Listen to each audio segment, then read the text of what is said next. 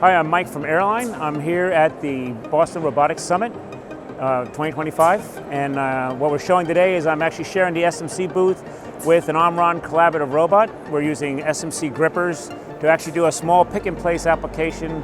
As you can see with the boxes, we're basically sorting them from one side to the other.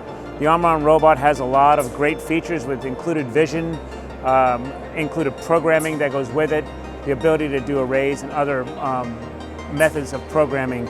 It has unique features of a landmark, which can help you with location, so you're not using your zero reference coming from the base. So if you have any questions and you'd like to do, you can contact Airline at airlinehide.com and schedule a trip with our tech traveler. We can come and bring the technology to you.